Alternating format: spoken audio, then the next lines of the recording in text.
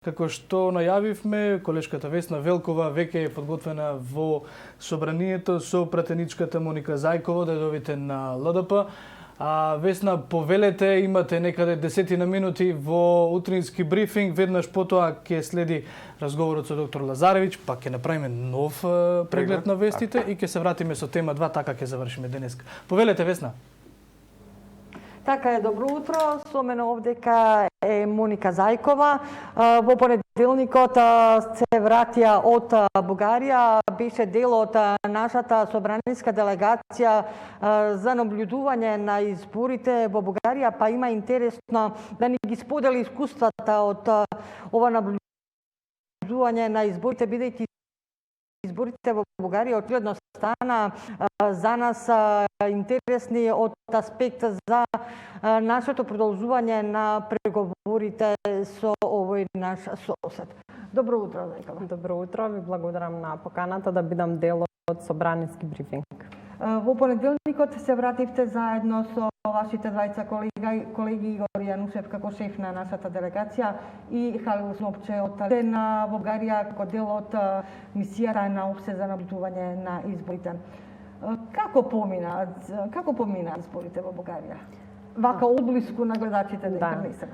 Најнапред, искрено кога добивме шанса да бидеме дел од парламентарното собрание кое што ги наблюдува изборите на ОВСЕ, се мислев дали да прифатам поканата и да одам таму, затоа што знаете условите со пандемијата и сето тоа.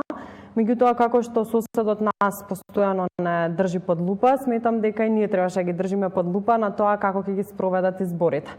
Генерално на избирачките места во кои што бев распределена, тоа беше во околината на Софија и местото Самоков.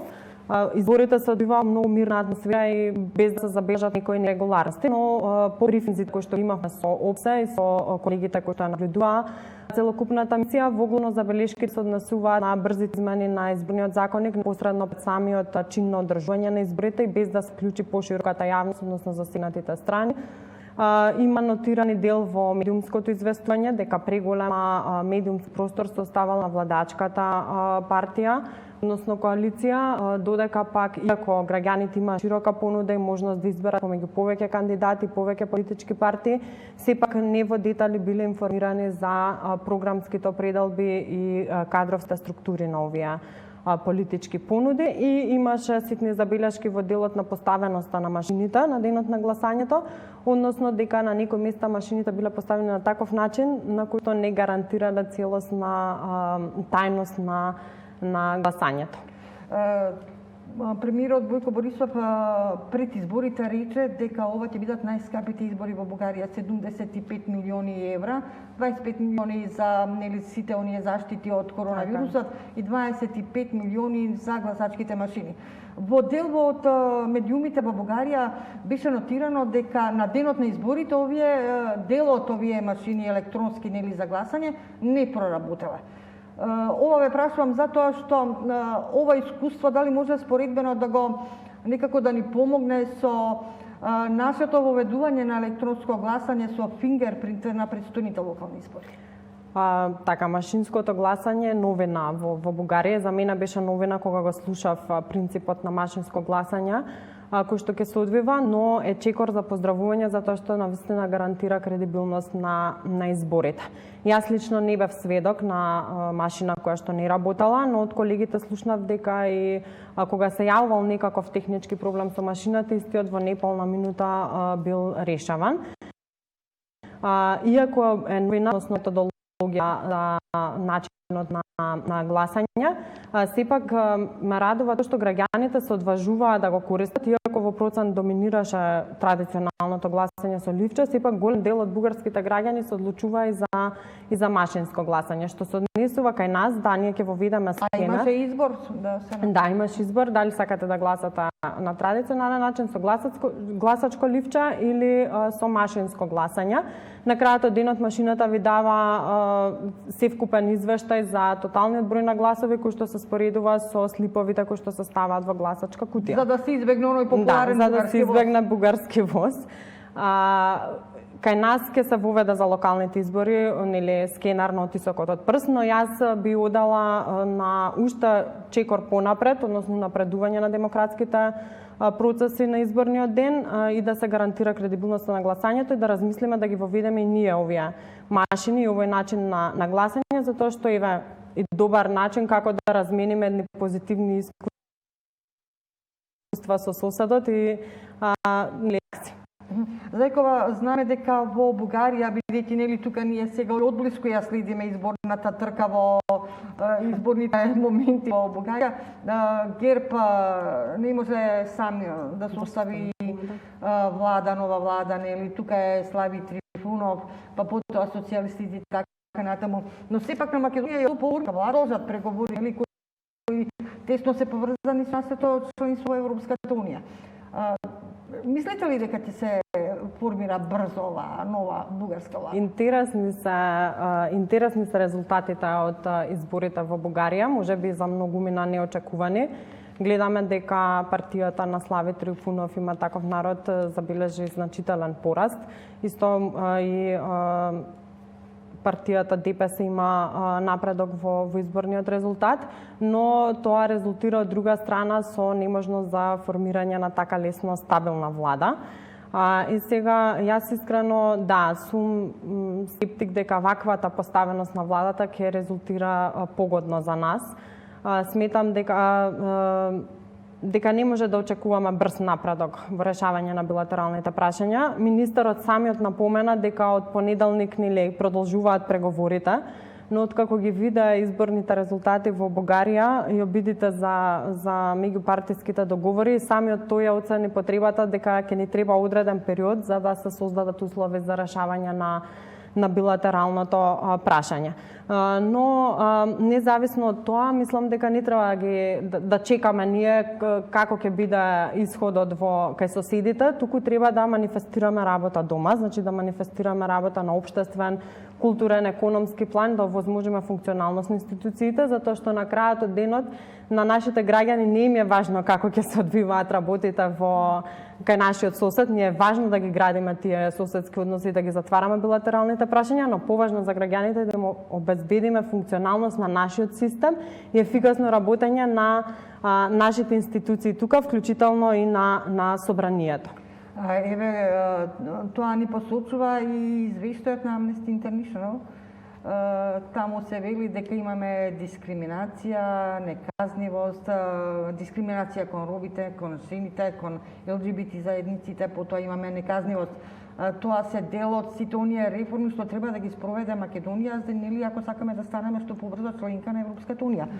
Во секој случај, зошто доцнеме со овие прашања, да ги решаваме овие прашања?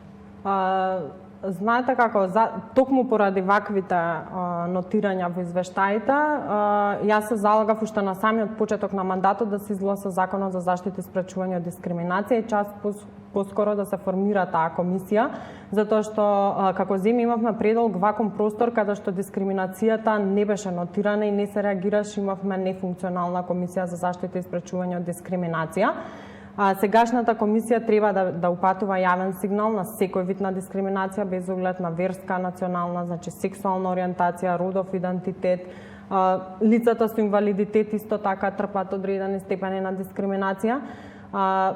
Но некако како фокусот секогаш да ни е ставен дека има поприоритетни прашања. Нема приоритетни и неприоритетни прашања. Секој прашање е приоритетно, особено кога збориме за граѓански и човекови права.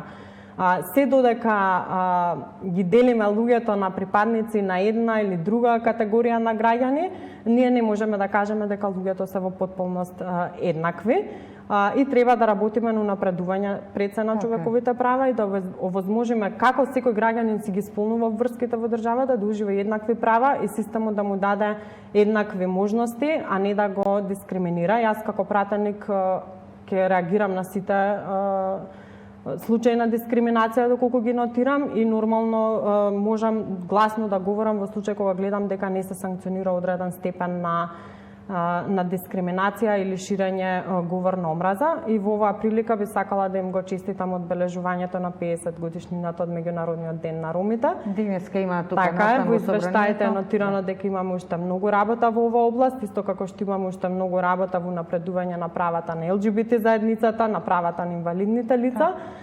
Затоа што како сериозна држава членка кандидат многу тешко ќе ги затвориме поглавјата, затоа што копенхашките критериуми знаеме дека се многу важни. Така, и ова неизбежно прашање, стигнавме до петиот сет економски мерки, антикризни мерки, кои се навистина неопходни за околу 20 и повеќе илјади граѓани за да можат да добијат плата февруари, март, април, еве веќе тече април. Што се случува со овој закон? Од што зависи сега? Повторно е блокиран. Никако да мрдне. Така, не случајно напоменав дека најмалку што треба да правиме се пасивно да чекаме резултати од соседите или ЕУ да не ги решава проблемите. Ние сме за жал соочени со едно нефункционално собрание, значи имаме партии кои што прават филибастеринг на сметка на граѓаните. На секој закон. Така, на сметка на граѓаните. И ова собрание веќе конечно треба да не овозможи да работиме. Јас лично првично бев спречена да работам за интересите на граѓаните додека се борев со битката со пандемијата, затоа што не ми беше овозможено онлайн работа од собранието. Сега сме спречени да работиме од постојаните блокади кои што се случуваат.